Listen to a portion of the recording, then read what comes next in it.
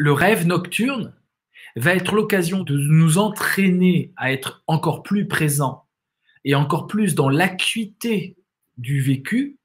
Et c'est cette attitude qui deviendra une aptitude pour réaliser nos rêves ambitions. Le rêve n'est qu'émotion pure.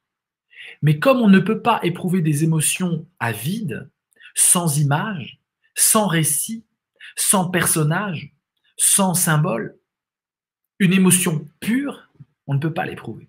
On ne peut pas éprouver la colère pure. Je suis en colère contre quelqu'un.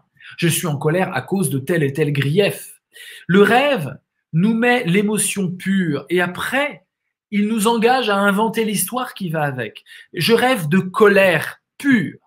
Et il se trouve que je ne peux pas être en colère sans objet. Et du coup, je vais convoquer les objets qui pourraient justifier ma colère. Et donc, je vais rêver de choses qui peuvent me mettre en colère. Mais attention, je rêve de colère pure. Je ne rêve pas de quelqu'un qui me vole et ça me met en colère. Je convoque le voleur, si je prends cet exemple, parce qu'il faut bien qu'il y ait quelque chose, un objet du rêve. Mais le vrai objet du rêve est ma colère pure. C'est pas une présentation d'un neurophysio, c'est une présentation d'un psychiatre qui s'est intéressé sur le sujet. Le rêve, c'est le moment de fragilité le plus absolu, le plus extrême pour un être vivant. Le processus du rêve ne peut être enclenché que lorsque l'on est dans une sensation de sécurité. Ce que je pense des rêves lucides, c'est que si on arrive à le faire, c'est trop bien, quoi. Ce que je baptise avec vous la psychologie floue. Paris, le rêve, est-ce une réflexion avec une texture émotionnelle? Non.